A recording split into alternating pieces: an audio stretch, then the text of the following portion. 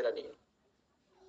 কথিত আছে আলেকজান্ডার নাকি একটা দ্বীপ দখলের জন্য পুরোদস্তুর একটা যুদ্ধ লড়েছিলেন। কেন? যখন যুদ্ধ চলছিল তখন বিপক্ষের সৈন্যরা যত দ্রুত তাদের ক্ষতস্থানগুলোকে সারিয়ে তুলছিল, আলেকজান্ডারের সৈন্যরা তত দ্রুত পাচ্ছিল না। তারপর গুপ্তচর মারফত খবর আসলো কি একটা দ্বীপ রয়েছে, সকত্রা বলে একটা দ্বীপ রয়েছে, সেই দ্বীপে এমন একটা ঔষধীয় গাছ রয়েছে যা এই ক্ষত নিরাময়ে সক্ষম। আলেকজান্ডার সেই দ্বীপটা দখলের জন্য পুরোদস্তুর একটা যুদ্ধ লড়েছিল। কথিত আছে যীশু খ্রিস্টকে ক্রুশবিদ্ধ অবস্থা থেকে নামানোর পরে তার ক্ষতস্থানে অ্যালোন প্রলেপ দেওয়া হয়েছিল। কথিত আছে এরকম অনেক অনেক অনেক ঘটনা। তো আজ আমরা শুনবো সেই অ্যালোভেরার কাহিনী, আর অ্যালোভেরা যুগে যুগে কেন মানুষের মনে স্থান করে নিয়েছে। তো চলুন শুরু করি আজকে আমাদের জার্নি।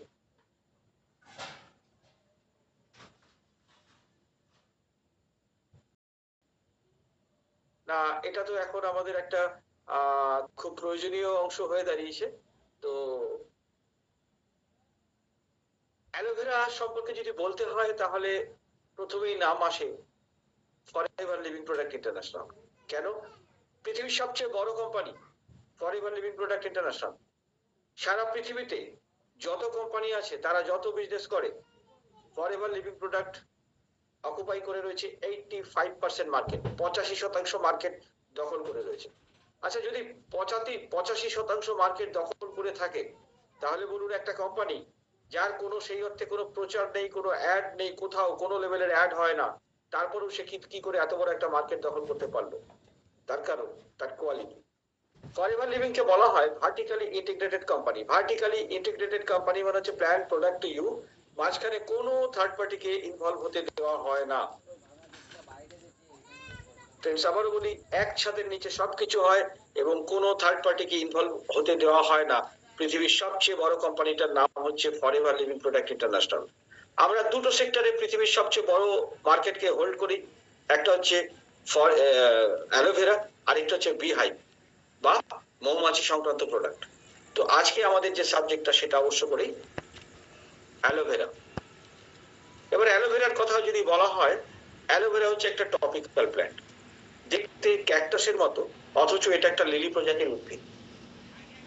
ক্যাকটাসের মতো দেখতে অথচ লিলি প্রজাতির মানে, তার মানে হচ্ছে দেখবেন অন স্ক্রিন যেটা রয়েছে একটা গায়ে কাটা কাটা মতো থাকে এবং তার পাতাগুলো অনেক ভারী হয়, মোটা হয়।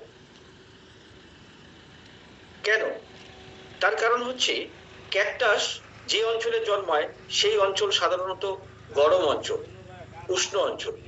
যখন উষ্ণ অঞ্চলে কোনো উদ্ভিদ জন্মায় সেটা স্বাভাবিক প্রাকৃতিক নিয়মেই, যাতে বেশি করে তার বাষ্পমোচন না হয়, বেশি করে জল শরীর থেকে বেরিয়ে না যায়, কারণ সে জল এমনি কম পায় প্রকৃতিগত কারণে।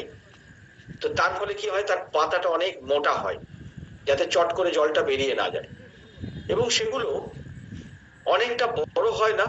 যেহেতু সেগুলো ছোট হয়, তো যে সমস্ত ওখানে অন্যান্য প্রাণী রয়েছে তাদের হাত থেকে বাঁচার জন্য তাদের গায়ে কাটা থাকে, এবং তার আরো কিছু প্রকৃতিগত কারণ রয়েছে যেগুলোতে সে নিজেকে রক্ষা করতে পারে। অ্যালোভেরার যে উপরি অঞ্চল রয়েছে তার নিচের লেয়ারে একটা একটা ল্যাক্সেটিভ এফেক্ট থাকে, এবং সেটা যদি কেউ খেয়ে নিচ্ছে তাহলে কিন্তু তার লুজ মোশন থেকে অনেক কিছুই ঘটবে। তো খুব স্বাভাবিকভাবে এগুলো প্রকৃতিগত কারণেই কিন্তু অ্যালোভেরার কাছে ইনবিল্ট থাকে।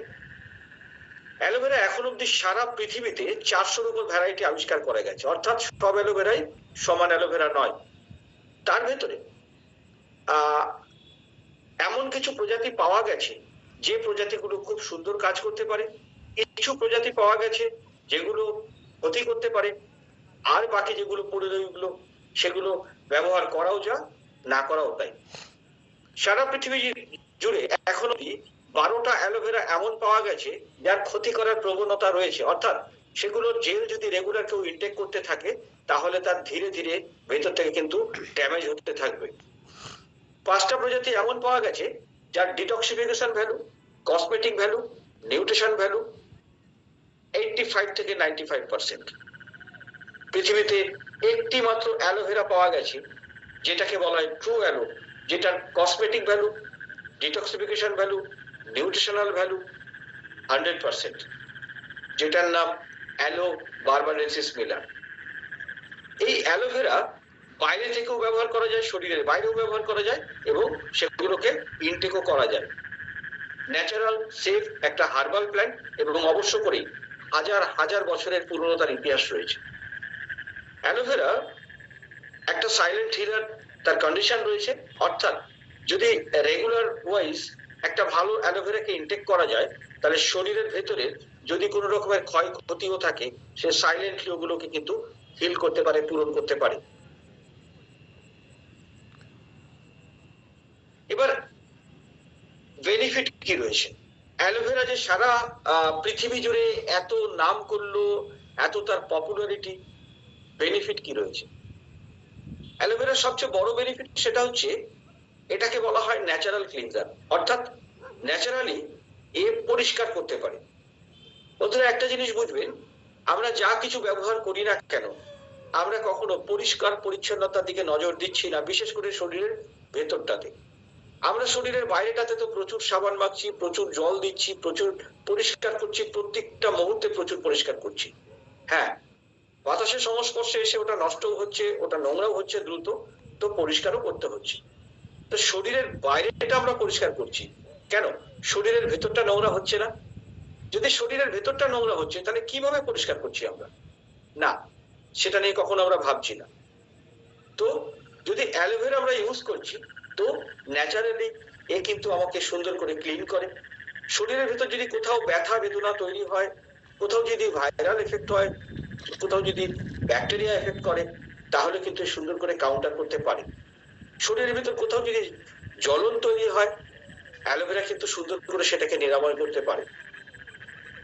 অ্যালোভেরার একটা বড় গুণ রয়েছে, সেটা হচ্ছে এর হাই নিউট্রিশনাল ভ্যালু, অর্থাৎ আমাদের খাদ্যগুণ যেগুলো পাওয়া যায়, খাদ্য খাবার থেকে যে নিউট্রিশন পাওয়া যায়, অ্যালোভেরার কাছে অ্যাজ এ হোল সবটা পাওয়া যায়, এবং এটা হাইলি পাওয়া যায়, যার ফলে অ্যালোভেরা কিন্তু আমাদের জন্য খুব উপকারী।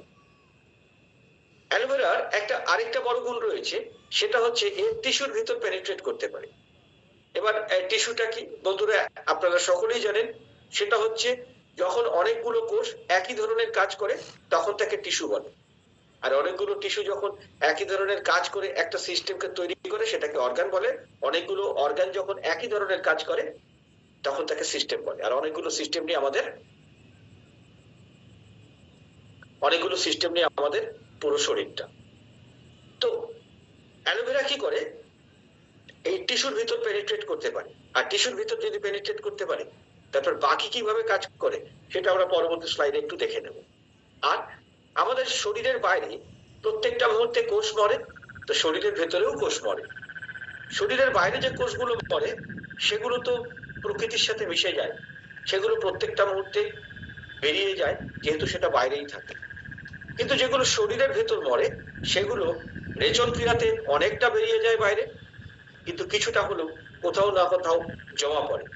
অ্যালোভেরা কি করে, এই ডেড সেলগুলোকে ব্রেকডাউন করে, ডাইজেস্ট করে, এবং ধীরে ধীরে শরীরের বাইরে বার করে দেয়। অ্যালোভেরার আরেকটা সুন্দর গুণ, সেটা হচ্ছে এই সুন্দর করতে হেলদি সেলকে রিজেনারেট করতে পারে।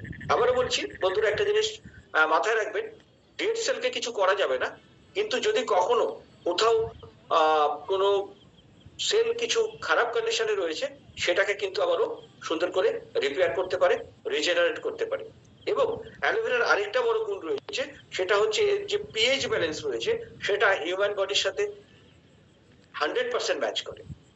তার ফলে কি হচ্ছে, আমাদের শরীরের যে আর্দ্রতা রয়েছে, সেটাকে প্রদান করতেও কিন্তু সুন্দর করে সাহায্য করে।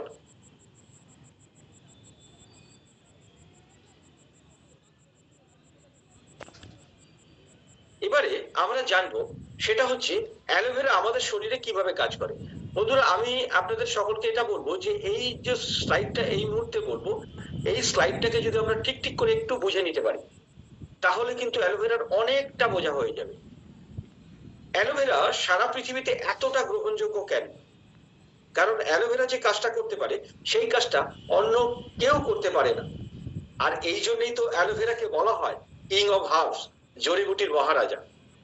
তো অ্যালোভেরা কি করতে পারে? প্রথম প্রথম বলি সেটা হচ্ছে ক্লিনজিং স্টেজ, পরিষ্কার পরিচ্ছন্নতা। অ্যালোভেরার মধ্যে অ্যাট এ টাইম দুটো কম্পোনেন্ট পাওয়া যায়, একটা হচ্ছে লিগনিন, একটা হচ্ছে স্যাপোনিন। এই লিগনিনের কাজ কি আর স্যাপোনিনের কাজ কি? অ্যাজ এ ক্যারিয়ার, বাহক হিসাবে লিগনিন হচ্ছে দ্য বেস্ট ক্যারিয়ার, সুন্দর বাহক, সব সুন্দর বাহক মানে যে বহন করে নিয়ে যেতে সক্ষম, শরীরের এক জায়গা থেকে আরেক জায়গায় বহন করতে সক্ষম কে? সে হচ্ছে লিগনিন। আচ্ছা, কাকে নিয়ে যায়? মূলত নিয়ে যায় স্যাপোনিনকে। স্যাপোনিন এই শব্দটা থেকে এসেছে সোপ। স্যাপোনিন নেচারের বেস্ট ক্লিনজার। তাহলে যে ন্যাচারাল সোপ যেটা রয়েছে সেটাকে যখন লিগনিন বয়ে নিয়ে যাচ্ছে জায়গা মতো, তাহলে কি হচ্ছে? ধীরে ধীরে এই স্যাপোনিন জায়গাটাকে পরিষ্কার করতে পারছে।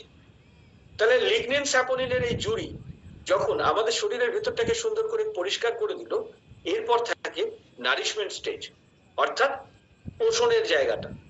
যদি নারিশমেন্ট স্টেজের কথা বলা হয় তাহলে তার জন্য রয়েছে ভিটামিনস, মিনারেলস, অ্যামাইনো অ্যাসিডস। এই তিনটে জিনিস কিন্তু খুব সুন্দর করে পোষণ করতে পারে আমাদের শরীরে। বন্ধুরা, একটা জিনিস বুঝবেন, যদি এই তিনটে জিনিস দিয়ে, ভিটামিনস, মিনারেলস, অ্যামাইনো অ্যাসিডস, এগুলো দিয়ে যদি আমরা আমাদের শরীরের সম্পূর্ণরূপে পোষণ দিতে পারলাম, তাহলে প্রথমে কি করলাম? পরিষ্কার পরিচ্ছন্ন করলাম, তারপরে শরীরটাকে সুন্দর করে পোষণ দিলাম। যদি শরীরটাকে সুন্দর করে পোষণ দিলাম, তাহলে শরীর কিন্তু, যদি শরীরটা সুন্দর করে পোষণ দিলাম, তাহলে শরীর কিন্তু নিজেই নিজেকে সবটা সামলাতে পারে। কারণ জানবেন, পৃথিবীর সবচেয়ে দামি মেশিন যদি বলা হয় তাহলে সেটা হচ্ছে আমাদের হিউম্যান বডি। তাহলে হিউম্যান বডি, আমাদের শরীর যদি পৃথিবীর সবচেয়ে দামি মেশিন হয়, আর তাকে যদি প্রপারলি আপনি সার্ভিসিং দিলেন, দারুণ ফুয়েল দিলেন, তাহলে সেই মেশিনটা কিন্তু নিজে থেকেই চলতে সক্ষম। কিন্তু এরপরেও যদি কোথাও কোনো রকমের ক্ষত তৈরি হচ্ছে, ক্ষতি তৈরি হচ্ছে, তার জন্য রয়েছে থেরাপিউটিক স্টেজ, আর তার জন্য রয়েছে এনজাইমস আর অ্যান্থাগনিস্টস। এরা কি করছে? আমাদের শরীরের যে ক্ষত হচ্ছে বা ক্ষতি হচ্ছে সেগুলোকে কিন্তু পূরণ করছে খুব সুন্দরভাবে। তো বন্ধুরা, আমি এই স্লাইডটা কেন ভালো করে বোঝার কথা বললাম, কখনো কখনো আমাদের কনফিউশন তৈরি হয়, আচ্ছা অ্যালোভেরা কি সব কাজ করতে সক্ষম? আমি আপনাদের কাছে প্রশ্ন করি, যদি একজনের শরীরটাকে ঠিক ঠিক করে পরিষ্কার পরিচ্ছন্ন করা হলো, তার যা চাহিদা রয়েছে সেই চাহিদাটাকে পুরো পূরণ করা হলো, এবং তারপরেও যদি কোথাও কোনো রকমের ক্ষয়ক্ষতি হচ্ছে সেটাকেও মেরামত করা হলো, তাহলে একটা শরীর, একটা মেশিন কি সবচেয়ে ভালো লেভেলে থাকবে না? হ্যাঁ, আমি অবশ্য করে এটা কিন্তু চ্যাট বক্সে আপনাদের কিন্তু দেখতে চাইবো যে আপনারা আমাকে একটু বলবেন যে যেটা বললাম, এই স্লাইডে যেটা বললাম, সেটা আপনাদের কাছে আদৌ ক্লিয়ার হয়েছে কিনা। অনেক সময় হয় বলছি কিন্তু ক্লিয়ার করতে পারছি না, হতেই পারে। তো আমি কিন্তু চ্যাট বক্সে একটু দেখতে চাই যে হ্যাঁ, আমি ক্লিয়ার করতে পারলাম কিনা, অথবা আপনাদের কাছেও পুরোটা ক্লিয়ার হলো কিনা। রোমাদে পাল প্রথম। ও, thank you, thank you, thank you, thank you. ঠিক, কারণ যারা আমাদের পুরনো টিমমেট রয়েছেন, আমি সকলকে এটা বলবো, প্র্যাকটিক্যালি এই জায়গাটা যদি সুন্দর করে আপনারা বুঝতে পারেন, আর সামনের মানুষকে সুন্দর করে ঠান্ডা মাথায় কাটা কাটা শব্দে যদি ঠিক করে বোঝাতে পারেন, আমার মনে হয় খালি এই স্লাইডটা কিন্তু অনেকটা ক্লিয়ার করে দিতে সক্ষম আমাদের সামনের মানুষের যে কোনো ডাউট। তো চলুন, আর এখন চ্যাট বক্সে বিজি হওয়ার দরকার নেই, আমরা নেক্সট স্লাইডে চলে যাই। এবারে এটা অ্যালো কি করে এক্সটার্নালি কাজ করে? বন্ধুরা, একটা জিনিস দেখবেন, যখন কোনো স্কিন কেয়ারের প্রোডাক্ট ইউজ করা হয় তাহলে সেখানে অবশ্য করেই একটা অ্যালো ওয়ার্ড থাকে। অর্থাৎ আমরা মেনেই নিয়েছি অ্যালোভেরা স্কিন কেয়ার প্রোডাক্টের জন্য সবচেয়ে বহুমূল্য এবং সবচেয়ে জরুরি উপাদান। তো শুরু করার আগে একটু বলে দিই, এই প্রসঙ্গটা শুরু করার আগে এটা বলে দিই, যখন কোনো স্কিন কেয়ার প্রোডাক্ট আপনারা ইউজ করবেন তাহলে অবশ্য করেই দেখবেন যদি অ্যালোভেরা থাকছে, মোটা মোটা করে বড় বড় করে যদি অ্যালোভেরা লেখা থাকছে, অর্থাৎ আপনাকে এক্সট্রা করে জানান দেওয়া হচ্ছে যে এই প্রোডাক্টে অ্যালোভেরা রয়েছে, তাহলে বন্ধুরা একটু ইনগ্রেডিয়েন্টটা সার্চ করে নেবেন যে অ্যালোভেরাটা অ্যাকচুয়ালি সিরিয়ালের কত নম্বরে রয়েছে, কারণ আমরা জানি যেটা সবচেয়ে বেশি থাকে সেটা প্রথমে থাকে। তো দেখে নেবেন যে আপনি যে স্কিন কেয়ার প্রোডাক্টটা ইউজ করছেন সেখানে অ্যালোভেরা ওয়ার্ডটা অ্যাকচুয়ালি সিরিয়ালের কত নম্বরে রয়েছে।